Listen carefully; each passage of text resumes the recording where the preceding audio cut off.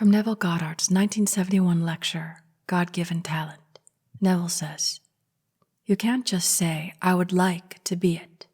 You must assume that you are it, and sleep in the assumption that you are it.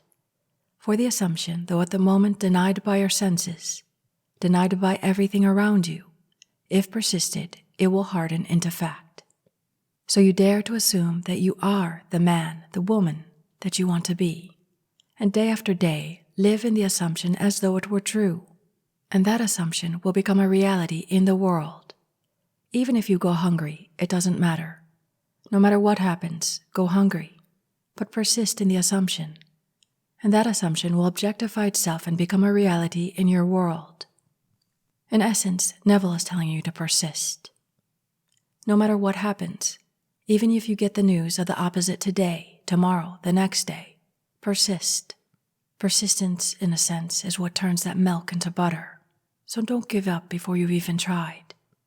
If it was something we could just think once or twice, and that could change the negative patterns we don't want that have crystallized, then everybody would have what they want in the moment. But how many people persist, really persist? Well, having this insight, you can be one of those people and test it out, but really persist. And as you do, you'll find that catching the feeling becomes more natural. And the experiences I've heard of other people who have various successes, what originally may feel fake starts to magically become natural. But it's like that tea kettle. If you keep staring at it, it seems like it takes forever to boil. So just do it for the sake of exercise and go about your day living the best you can, seeing what there is to already be thankful for, especially the little things. And do something that most people in this ADD, ADHD culture don't do: persist. Neville says, if he doesn't know what he is doing and he is passive in this world, he can be influenced by the imagination of one who is in control of his imagination, for he doesn't know what he is doing. I tell you, imagining creates reality, so be careful what you imagine, because you are setting in motion and because all things by a divine law in one another's being mingle, you are influencing everyone. So this stresses the importance to exercise your imagination, because if you don't and you become passive, then you will be controlled by what you have imagined. It takes on its own life, and then you start to live as a slave to the imagination. So all the more reason to get clear what you want. If you don't know what you want, then when it becomes clear of what you don't want, turn that around to what would be desirable instead. And I think it's very important to write these things down in one form or another, whether on paper or in a digital notepad, and to take a look at this list daily, especially those poignant times when you are relaxed, before bed, when you wake up, or perhaps there's some sweet spot in the middle of the day when you feel a little sleepy.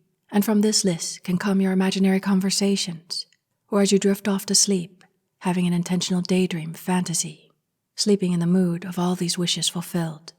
And if you're in a rush, impatient, you can take all these ideas, and if all of them were manifested, what is one picture that would show you at everything?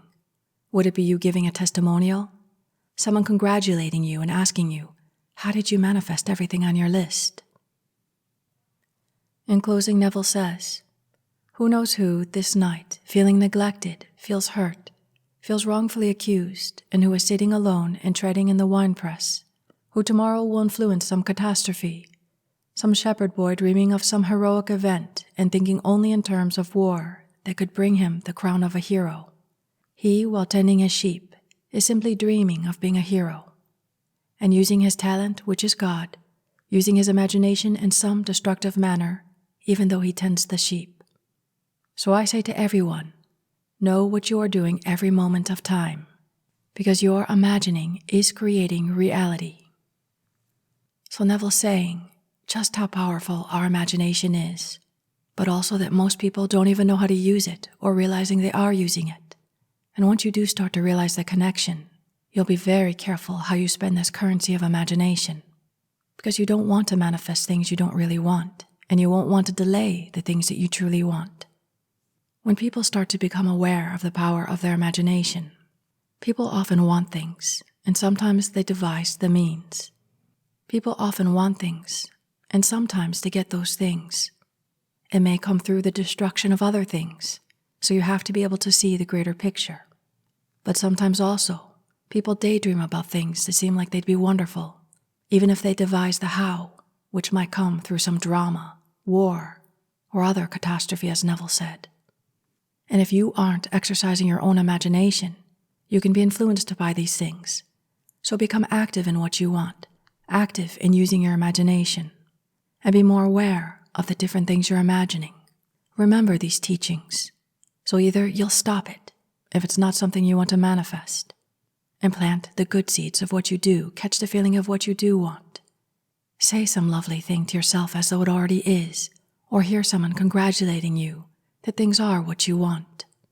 And this may be a challenge for many, but you have to learn to step out of yourself, to not try to do everything, because often when you try to come up with a how, from where you are in your present consciousness, you may feel it needs to go through more chaos and drama than need be.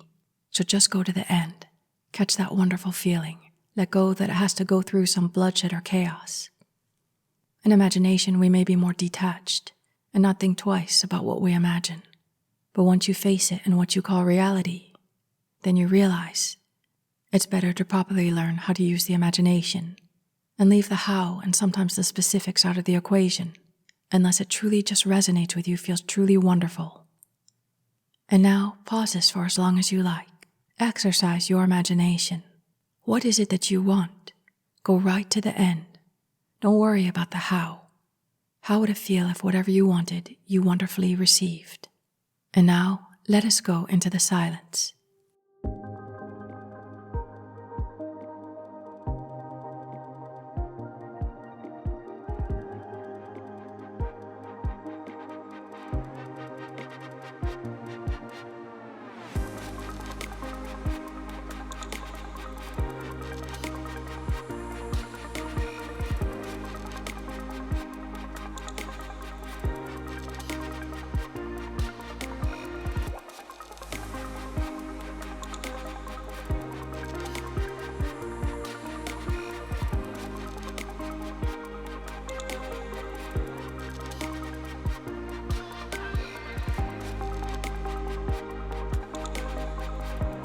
Good.